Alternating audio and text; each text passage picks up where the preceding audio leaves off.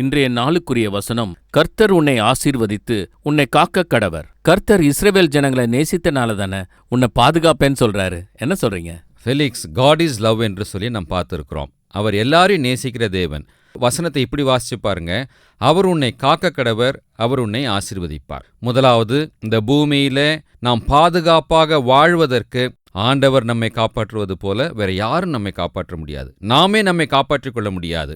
நம்மை அவருடைய தூதர்களை வைத்து நம்முடைய பாதங்கள் கல்லில் இடராதபடிக்கு நம்மை காப்பாற்றுகிறார். காப்பாற்றுகிறதோடு அவர் நின்று விடாமல் நம்மை ஆசீர்வதிக்கிற தேவன். நாம் செய்கிற வேலைகளை ஆசீர்வதிப்பார், குடும்பத்தை ஆசீர்வதிப்பார், நம்முடைய தொழிலை ஆசீர்வதிப்பார், தேவைகளை சந்திக்கிறதன் மூலமாய் ஆசீர்வதித்து மனமகிழ்ச்சி, சந்தோஷம், சமாதானம், மனநிறைவு இது எல்லாத்தையும் தந்து இந்த நாளை வெற்றியின் நாளாய் மாற்ற கர்த்தர் உண்மையுள்ளவராய் இருக்கிறார். அவரை பார்த்து நம்ம சொல்லுவோம், ஆண்டவரே நீர் என்னை காக்க வேண்டும், என்னை ஆசீர்வதிக்க வேண்டும் என்று சொல்லி கேட்டு பாருங்கள். இந்த நாள் வெற்றியின் நாளாக இருக்கும். இது உங்கள் வெற்றியின் நாள்.